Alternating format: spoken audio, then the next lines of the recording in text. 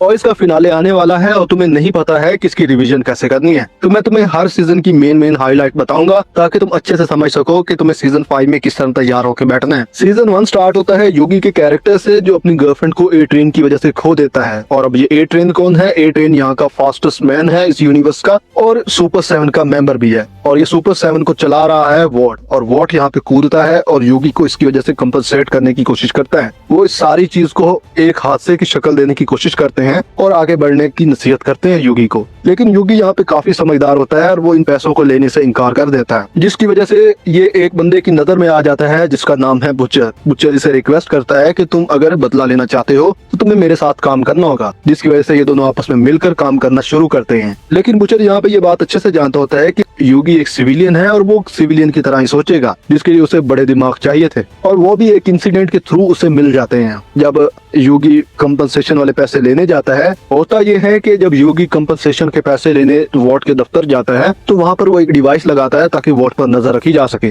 लेकिन यहीं पे ट्रांसलूसेंट उसे देख लेता है और उसका पीछा करते करते इसके स्टोर तक पहुंच जाता है। ट्रांसलूसेंट कौन है? वो भी सुपर 7 का एक मेंबर है। वो युगी को मार ही देता, लेकिन वहीं पे बुचर एंट्री मारता है और उसे बेहोश कर ले जाते हैं। ऐसे समझ लो कि उसे किडनैप कर लेते हैं और किडनैप करके ले जाते हैं फ्रेंची के पास। फ्रेंची इस टीम का अब तीसरा मेंबर बनने वाला है, पर फ्रेंची इस पर हर तरीके के औजार इस्तेमाल करता है लेकिन ये मरता नहीं है। लेकिन फिर फ्रेंची को आइडिया आता है कि बॉडी जितनी बाहर से हार्ड होती है अंदर से उतनी ही नाजुक होती है, तो उसके अंदर कुछ ऐसा केमिकल ऐड करता है उसके खाने पीने के अंदर कि उसकी बॉडी के अंदर जाकर रुक जाता है और फिर उसके बाद उसे फाड़ देते हैं। लेकिन अब तक बुचर को यह बात समझ आ चुकी होती है कि उसे और लोगों की जरूरत है, जिसके लिए वो अब इस टीम के एक और मेंबर के पास जाता है जिसका नाम होता है MM। ये एक तरह से स्ट्रेटेजिस्ट होता है और जो पुरानी दी बॉयज की टीम बनी थी सूप्स के खिलाफ उसका मेंबर भी रह चुका होता है, जिसकी वजह से यहाँ पर हमें मामला साफ तौर पर नजर आता है कि जो बुचर है उसके साथ वो चलना नहीं चाहता, लेकिन जाहिर बात है एक आखिरी मौका देखते हुए वो इसके साथ चलने का डिसाइड कर लेता है। इसके अलावा इस टीम में एक और भी कैरेक्टर ऐड होता है जो शुरू में मानने को तैयार नहीं होता, लेकिन सीजन 2 में वो ऑफिशियली इस गैंग का मेंबर बन जाता है। इसका नाम होता है किमिको, जिसे वॉट की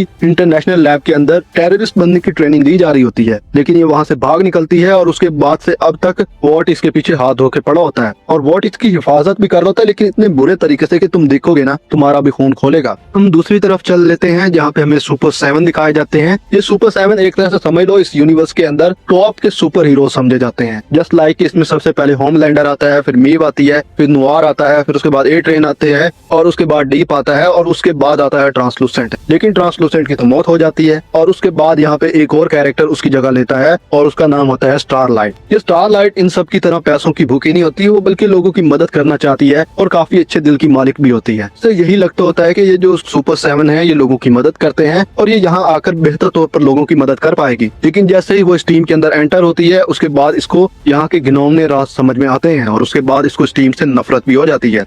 इनकी नफरत तो चलती रहेगी। अब हम चलते हैं दी बॉयज की तरफ। दी बॉयज की ये जो टीम है ये थोड़ी बहुत इधर उधर है, लेकिन हाँ इनका मकसद एक है कि सूप के खिलाफ इन्वेस्टिगेशन करना। और इनकी इन्वेस्टिगेशन से इन्हें पता चल जाता है कि सूप्स कोई गॉड गिवन गिफ्ट नहीं है, बल्कि इन्हें वॉट ने कंपाउंड वी देकर तैयार किया है, जिसकी वजह से इनका दिमाग हिल जाता है कि एक लैब एक्सपेरिमेंट की वजह से अब लोग हमारे सरों पर राज कर रहे हैं। और वो जो क्रिमिनल्स हैं जिससे इन सब का दिमाग खराब हो जाता है, खसूसन बुच्चर का, क्योंकि बुच्चर को ये लगता था कि ये लोग गॉड गिवन गिफ्ट है, लेकिन अब यहाँ पे ऐसा लगता है कि उसका दिमाग इसलिए खराब हो गया कि ये जो वॉट है इन्हीं से निपटना पड़ेगा पहले। क्योंकि होता ये है कि बुच्चर की जो वाइफ होती है बेका, उसका होमलैंडर रेप कर लेता है और उसके बाद वो गायब हो जाती है। लेकिन बुच्चर को ये बताया जाता है कि वो मर चुकी है, जिसकी वजह से बुच्चर का दिमाग पहले से ही खराब हुआ फिर होता है। लेकिन जब उससे ये बात पता चलती है कि इसके पीछे वॉट है जो इन सूप्स को तैयार कर रहा है और हमारे सरों पर नाजिल कर रहा है धीरे धीरे कर, तो उसका दिमाग और ज्यादा खराब हो जाता है। इसके बाद होता यह है कि बुच्चर वॉट की डायरेक्टर को उठाता है और उसी के घर के अंदर उसे बॉम्ब से बांध देता है, जहाँ पे होमलैंडर भी पहुंच जाता है और होमलैंडर उसे मार देता है। लेकिन उसी के साथ साथ वो बुच्चर को बचा लेता है और बुच्चर को ले जाता है उस जगह पर जहाँ पे उसकी बीवी जिंदा है, और वो भी एक बच्चे के साथ, और वो बच्चा है होमलैंडर का। जिसके बाद सीजन एंड कर दिया जाता है। सीजन 2 स्टार्ट होता है और हमें ये बात बताई जाती है कि बुच्चर किसी तरह बच बचाते अब अपनी टीम के पास पहुंच चुका है और उसकी टीम दुनिया में मुंह छुपाते फिर रही है, क्योंकि वो मोस्ट वांटेड बन चुके हैं बुच्चर के सीजन 1 के कांड की वजह से। होता ये है कि जो वो लास्ट में आकर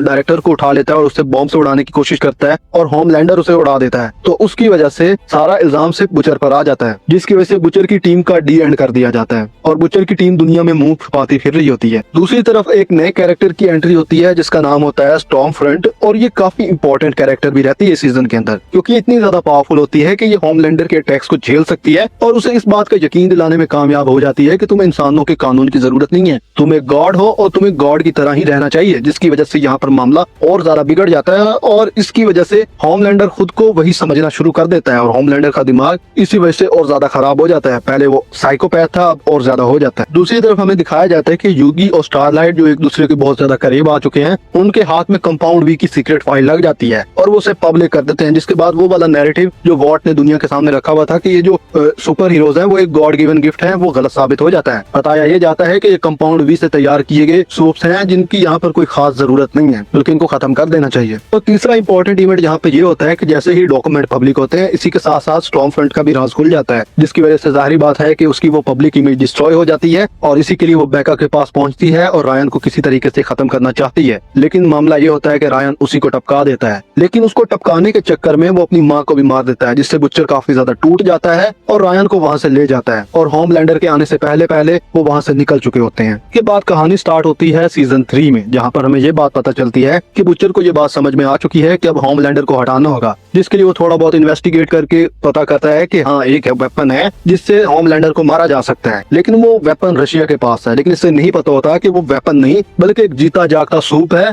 और काफी ज्यादा पावरफुल है और उसका नाम है सोल्जर बॉय, जिसने 1980s के अंदर जो तबाही मचाई थी उसकी वजह से उसे रशिया ने कैद कर लिया था। बुचर उस सोल्जर बॉय को आजाद तो कर लेता है, लेकिन उसी के साथ एक और भी पॉइंट हाईलाइट किया जाता है और वो इम्पोर्टेंट पॉइंट होता है टेम्प वी का। टेम्प वी लेने के बाद एक इंसान काफी हद तक इतना पावरफुल हो जाता है कि वो 24 घंटे के लिए सूप्स की पावर्स को यूज कर सकता है। तो बुचर इससे बार बार लेता है ताकि इसके जरिए से वो थोड़े वक्त के लिए सूप्स के सामने टिक सके, लेकिन इसकी वजह से युगी भी इसको यूज करना शुरू कर देता है। शो का मेन ट्विस्ट उस वक्त सामने आता है जब हमें ये बात पता चलती है कि होमलैंडर असल में सोल्जर बॉय का बेटा है, लेकिन सोल्जर बॉय उसे इसलिए नकार देता है कि ये एक कमजोर बच्चा है। तुम्हें एक कमजोर बच्चा लगता है जिसने आधी से ज्यादा इंसान की सांसें खा रखी हैं अपने अंदर, वो बंदा तुम्हें कमजोर लगता है सोल्जर बॉय। 2 से एक कैरेक्टर साइड लाइन करके चल रहा होता है जो यहाँ पर खास तौर पर नजर आता है और उस कैरेक्टर का नाम होता है विक्टोरिया न्यूमैन। ये काफी हद तक ऐसी पावर्स रखती है जो ब्लड मैनिपुलेशन की पावर्स हैं। ये इस तरह काम करती हैं कि ये किसी का भी सर उड़ा सकती है इस तरह से, तो तुम समझ सकते हो कि ये कितनी ज्यादा पावरफुल हो सकती है। और उससे बड़ी पावर इसके हाथ में तब आती है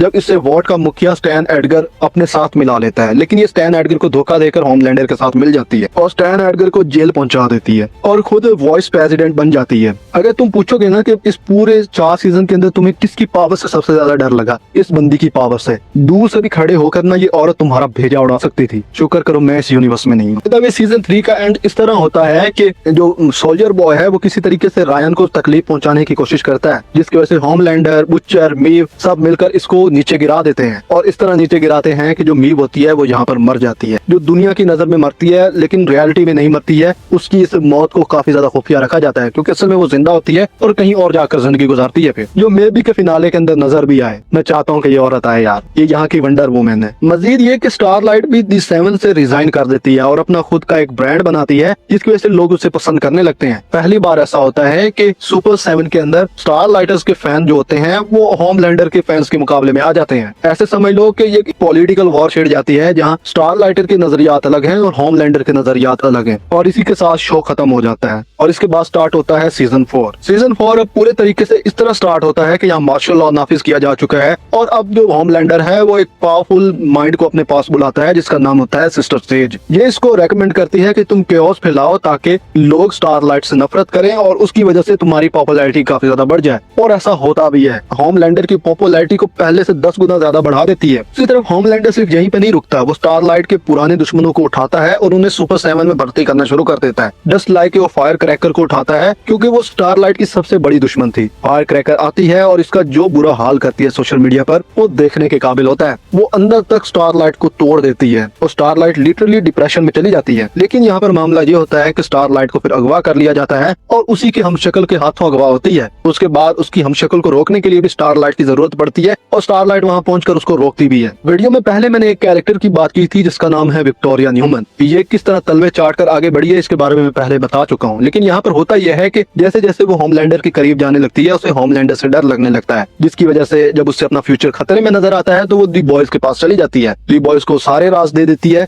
जिसकी वजह से वो उसकी मदद करने को तैयार हो जाते हैं। लेकिन यहाँ पे आता है बुचर, जो अपने अंदर से एक टेंटिकल्स निकालता है और कहता है कि भैया नहीं, तुम्हें माफी नहीं मिलेगी, क्योंकि अब बुचर के पास स्टैम्प भी यूज करने की वजह से बहुत ही कम टाइम बचा है और वो कम टाइम के अंदर सारे सूप्स का सफाया कर देना चाहता है। वो विक्टोरिया न्यूमैन को उठाता है और उसे 2 पार्ट्स में डिवाइड कर देता है, जिसके बाद यहीं से मामला और ज्यादा खराब हो जाता है। वाइस प्रेसिडेंट की मौत की वजह से मुल्क में और ज्यादा हालात खराब हो जाते हैं और ज्यादा होमलैंडर की जो नैरेटिव है उससे पुश किया जाता है, जिसकी वजह से अब हर सिटी का जो अफसर होता है वो एक सूप होता है। होमलैंडर प्रेसिडेंट को हटाकर, जैसा कि मैंने पहले कहा था, कि मार्शल लॉ लगा देता है और सारी चीजें अपने कंट्रोल में लेने की कोशिश करता है, यहाँ तक कि वो दी बॉयज की टीम को अगवा कर लेता है। लेकिन वहाँ से स्टारलाइट और बुचर बच निकलते हैं। अब यहाँ पर बात कर लेते हैं कि जेनवी यहाँ से कैसे कनेक्ट होता है दी बॉयज यूनिवर्स से। सीजन 3 और सीजन 4 के दरमियान जेनवी का सीजन 1 कनेक्ट होता है और सीजन 4 के बाद जो जेनवी का सीजन 2 आया था वो तुम्हें पता है कि किस तरह कनेक्ट होता है। लेकिन जो जेनवी सीजन 1 की कहानी है वो सीजन 3 और सीजन 4 के दरमियान की है। यहाँ पर हमें पता चलता है कि बुचर को कैसे पता चला कि होमलैंडर के खिलाफ एक अलग वायरस बनाया गया है जिसके जरिए से होमलैंडर को मारा जा सकता है, जिसके लिए सीजन 4 में वो काफी ज्यादा बावला हो जाता है। जेनवी सीजन 1 की कहानी स्टार्ट होती है मरी मोरी के कैरेक्टर से, जिसे बचपन में ही अपनी पावर्स मिल चुकी है ब्लड मैनिपुलेशन की, लेकिन उसकी वजह से उसकी मॉम डैड की डेथ हो जाती है और यहाँ पर उसकी बहन को उससे दूर कर दिया जाता है, जहाँ पर ये खुद को यहाँ पे साबित करने आई है। और यहाँ पे उससे दोस्त हैं आंद्रे,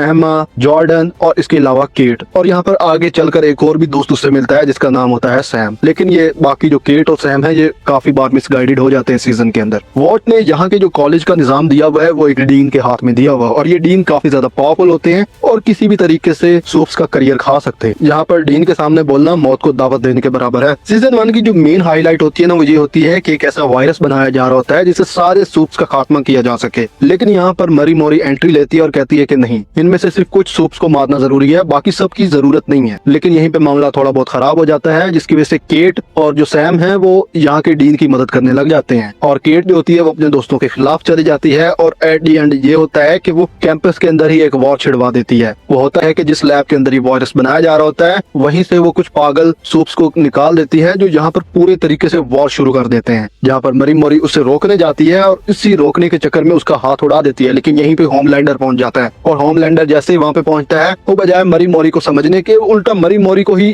कसूरवार मान लेता है और उस पर अटैक कर देता है। उन सबको कैद कर लिया जाता है और इसी के साथ साथ हमें पोस्ट क्रेडिट सीन में दिखाया जाता है कि बिली बुचर यहाँ की लैब में घुसा है और उससे पता चल चुका है कि होमलैंडर को मारने वाला हथियार कहाँ है, जो सीजन 4 में हमें दिखाया गया था कि बुचर उसको बना भी लेता है एंड पे। इसके बाद कहानी स्टार्ट होती है सीजन 2 में, जहाँ पे हमें दिखाया जाता है कि जितने भी अपनी एवेंजर्स बनने वाली टीम थी इनको काफी बुरा सिला मिला है उसका। इनको वहाँ पे दोबारा एनरोल किया गया है और इस बार इस तरह एनरोल किया गया है कि इन लोगों की हर हरकत पे नजर रखी जा रही है और दूसरी तरफ जिन्होंने बगावत की थी उनको हीरो बनाकर पेश दिया इन्होंने। जहाँ मैं ये बताता चलूँ कि सीजन 2 की कहानी सीजन 4 दी बॉयज के बाद की कहानी है। यहाँ तुम अच्छे से इस बात को समझ जाना। तो इसके बाद हमें देखने को मिलता है कि स्टारलाइट शुरू के अंदर मरी मोरी से मिलती है, उसे प्रोजेक्ट ओडेसा का जिक्र करती है और उसे कहती है कि इसके बारे में जाकर डिटेल हासिल करो। जिसके बाद वो वॉट से मिलने वाली ऑफर के बाद वो वहाँ पे पहुंच भी जाती है और उसके बारे में सीक्रेटली सबसे जानना शुरू करती है। यहाँ पर उसे पता चलता है कि वो खुद प्रोजेक्ट ओडेसा में थी और उसे प्रोजेक्ट ओडेसा के थ्रू ही बनाया गया। यहाँ पर उसे एनाबेथ बहन भी मिल जाती है अपनी, जिसके पास फ्यूचर देखने की पावर्स होती हैं। यहाँ पर केट जो है और सैम वो दोनों इनकी मदद करते हैं, क्योंकि होता यह है कि सीजन के दरमियान में दोबारा ये पकड़े जाते हैं और इन्हें जेल में ठूस दिया जाता है, लेकिन सैम और केट की मदद से ये वहाँ से निकल जाते हैं। उसके बाद इन्हें स्टैन एडगर मिलता है और स्टैन एडगर इनकी मदद करता है। लेकिन यहाँ पे होता यह है कि एक बार फिर से एक मामला खड़ा हो जाता है, क्योंकि जैसे ही सीजन 2 में नया डीन आता है साइफर, वो काफी ज्यादा मरी मोरी को फोर्स करता है कि तुम अपनी पावर्स को इनहांस करो। लेकिन मामला एंड पे आता है कि जो असल में साइफर बन के आया होता है वो साइफर नहीं बल्कि उसके घर में पड़ा एक मुर्दा साइफर होता है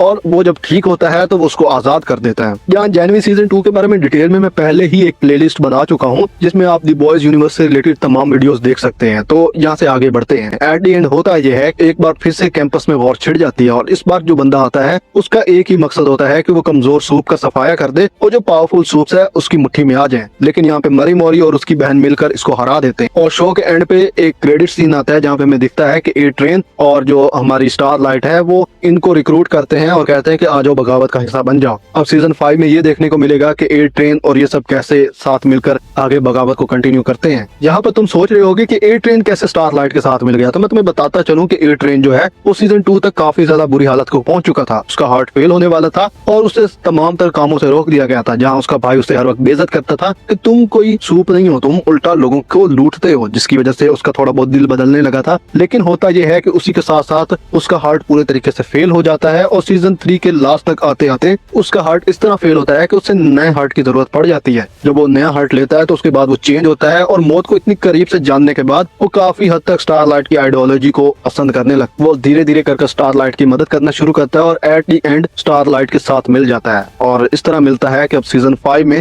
ये सब मिलकर होमलैंडर के खिलाफ लड़ने वाले हैं। मुझे उम्मीद है कि मैंने यहाँ अपने तमाम पॉइंट्स कवर किए होंगे, लेकिन फिर भी अगर कुछ छूट गया हो तो उसके लिए माजरत ख्वाह हूँ। और अगर वीडियो अच्छी लगी हो तो चैनल को सब्सक्राइब करें, वीडियो को लाइक करें और शेयर कर दें। और मिलते हैं अगली वीडियो में जहाँ हम बात करेंगे द बॉयज के फाइनल सीजन के फर्स्ट एपिसोड के बारे में।